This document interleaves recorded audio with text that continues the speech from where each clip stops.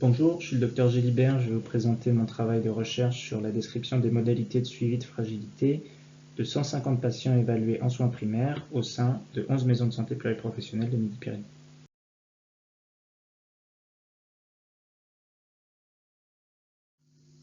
La prise en charge de la fragilité est un enjeu de santé publique. D'une part, pour améliorer la qualité de vie de nos aînés, et d'autre part, pour diminuer les dépenses de santé en rapport avec la dépendance.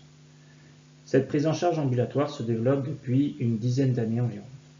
Et bien que nous ayons des données sur le dépistage et l'évaluation de la fragilité en ambulatoire, il existe peu de données sur les modalités de suivi des patients une fois évalués.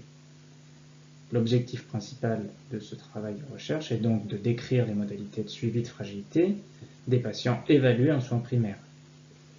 Les objectifs secondaires sont évaluer le pourcentage de propositions projets personnalisés de santé mis en place et de comparer ces résultats avec ceux de l'hôpital de jour des fragilités.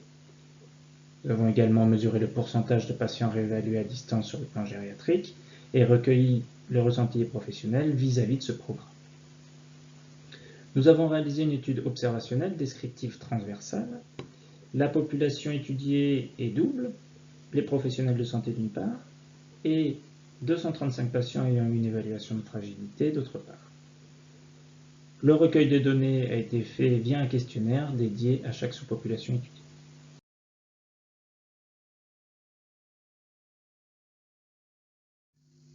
Pour ce qui est des résultats, 10 maisons de santé, 150 patients et 13 professionnels de santé ont pu participer à notre étude. Parmi ces 10 maisons de santé, 7 réalisent le suivi de fragilité au cours du suivi habituel de leurs patients.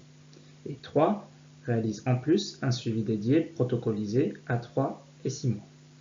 Concernant les objectifs secondaires, nous avons une moyenne de 3,83 propositions par patient et 77% de ces propositions sont mises en place.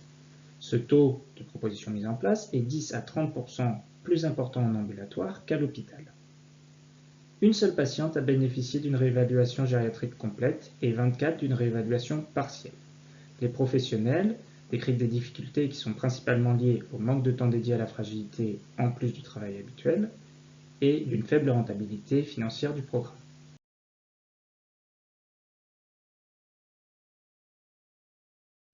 Une des forces de ce travail, c'est qu'il est le premier sur le suivi ambulatoire de la fragilité en Midi-Pyrénées.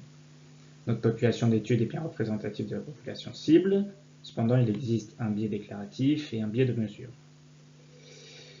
Nous avons vu que le suivi soit protocolisé ou non, le taux de mise en place des propositions du PPS est identique. Cela ne permet pas de donner des recommandations formelles sur les modalités de prise en charge de la fragilité et la recherche doit continuer dans ce domaine. Seule une réévaluation gériatrique complète permettrait de comparer de manière objective les modalités de suivi. Proposer une prise en charge plus ciblée sur ce qui a fait preuve de son efficacité pourrait être une piste à explorer pour l'avenir. Enfin, les soins primaires ont un rôle central dans la mise en place de ce programme. Merci.